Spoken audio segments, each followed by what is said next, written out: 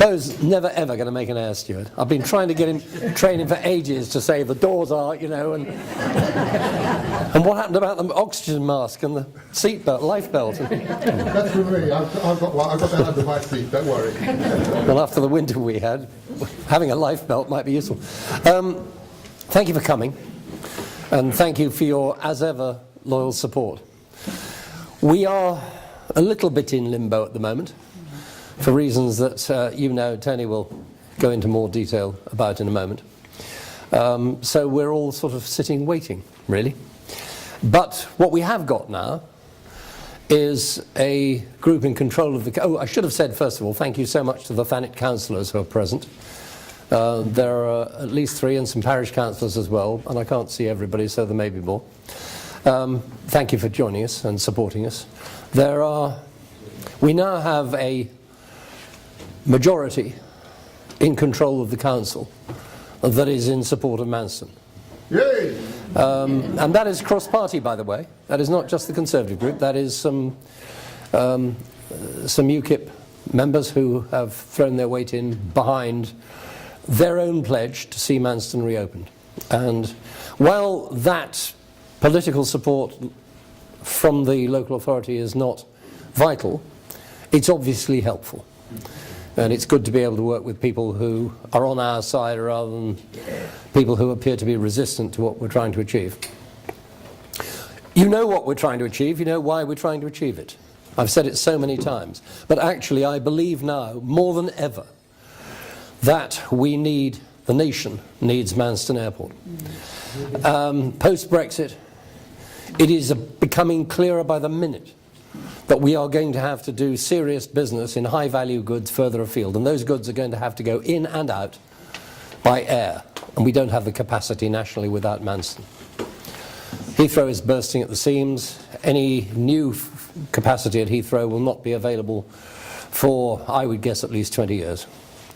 Whether Gatwick starts to take freight or not, we don't know. Gatwick traditionally has fundamentally not been a freight airport because the charter aircraft, the holiday aircraft, don't carry belly cargo.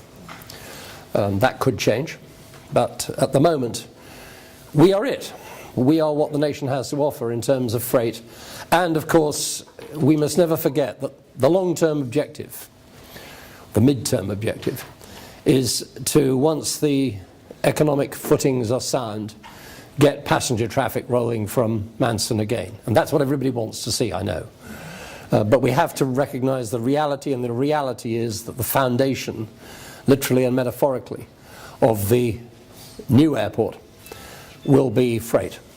And without that, the same economic problems will be faced as have been faced in the past.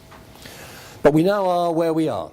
Tony will go into more detail, but as I'm sure most, if not all of you know, the application for the development consent order was submitted 3 weeks ago now. We have another week to run before we find out whether or not the Planning Inspectorate has accepted the application for scrutiny. And that's all, actually.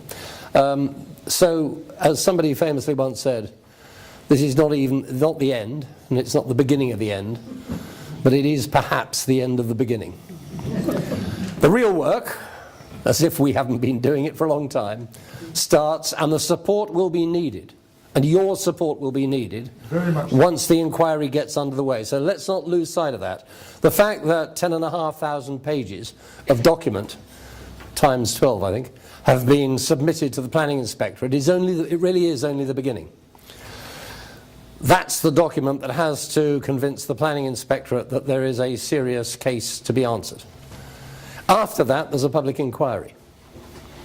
We know perfectly well, because there are people who, for what they would regard as sound reasons, object to the reopening of Manston, and actually believe that it is a good idea to smother the land above our aquifers with tarmac and dry up our water supplies.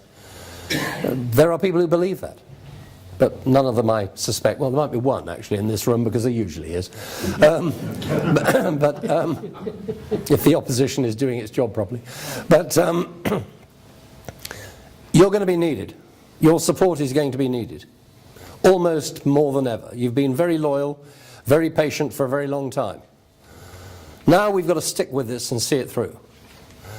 But I hope and expect that we might be able to come back here in a year's time with a decision and the ability to get the real investment in a state-of-the-art airport rolling. And if we can do that, then we shall have achieved an enormous amount, not just for Thanet, not just for Kent, but for the whole of the United Kingdom. Thank you very much.